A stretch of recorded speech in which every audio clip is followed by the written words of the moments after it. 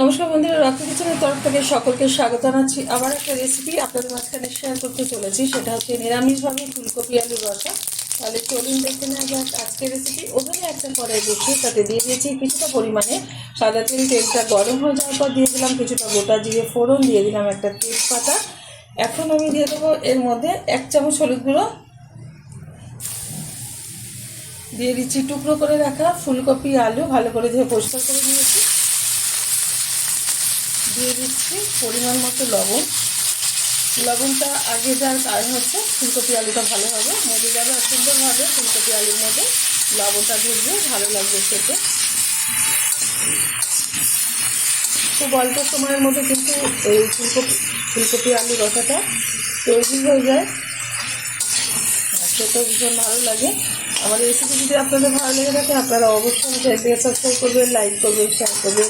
আর ঠিক যেরকমভাবে আমি ফুলকপি আলু রসাটা দেখাবো আপনারা অবশ্যই ট্রাই করবেন, আশা করি আপনাদের খুব ভালো লাগবে। ভালোভাবে একটু নেড়ে চেড়ে নিচ্ছি। ফুলকপি আলুটা বেশ কিছুক্ষণ নেড়ে চেড়ে আমি ভেজে নিয়েছি, খুব ভালোভাবে ভাজিনি, মানে হালকাভাবে ভেজে নিয়েছি। এখন এর মধ্যে দিয়ে দেবো বেটে রাখা মশলা, জিরে আদা লঙ্কা আর একটা টমেটো অর্ধেকটা আমি এখানটায় কেটে দিয়েছি। এখন মশলাটা দেওয়ার পর আবারও 2 মিনিট মতো হাই আছে কষিয়ে নেব।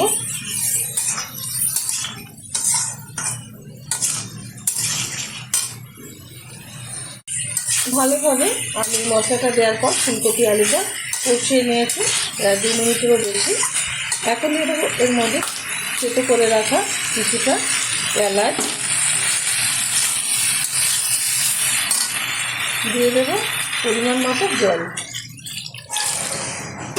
যেহেতু রসা করবো সেই কারণে জলটা কিন্তু বেশি ব্যবহার করব না।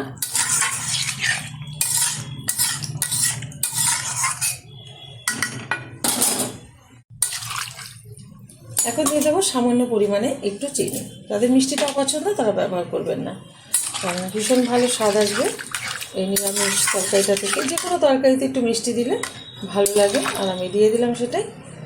এখন থেকে রান্না করে নেব 20 মিনিট। ওভেনের আঁচটা মিডিয়াম করে দিচ্ছি,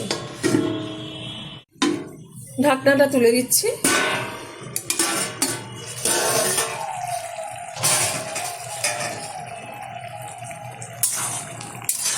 ফুলকপি আলু রসাটা কিন্তু হয়ে গেছে।